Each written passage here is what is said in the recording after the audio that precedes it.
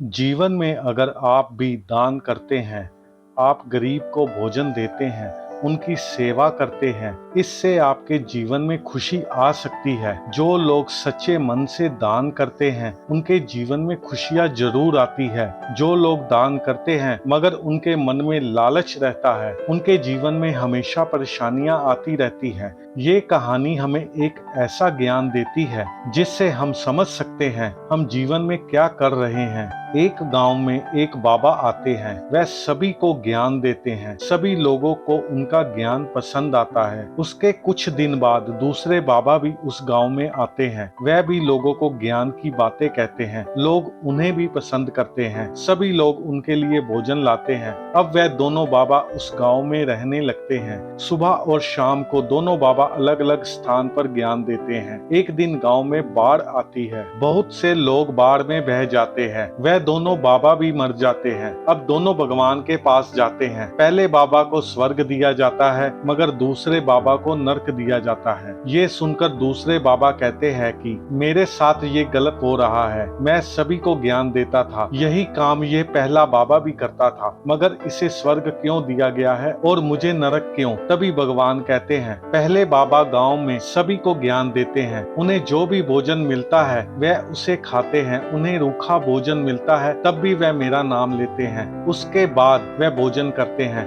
मगर जब तुम्हें अच्छा भोजन नहीं मिलता था तब तुम यही बात मन में सोचते थे, मैं यहाँ पर सभी को ज्ञान देता हूँ मगर मुझे बदले में ये भोजन मिलता है, जबकि मुझे अच्छा भोजन मिलना चाहिए। उसके बाद तुम भगवान को भी यही बात कहते थे।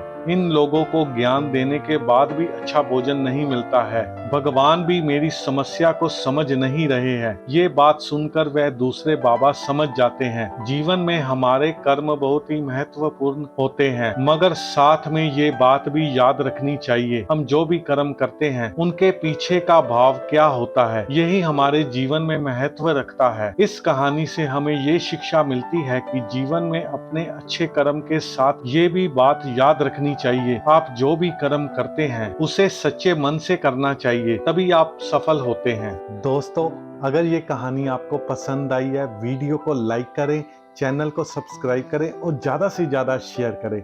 धन्यवाद।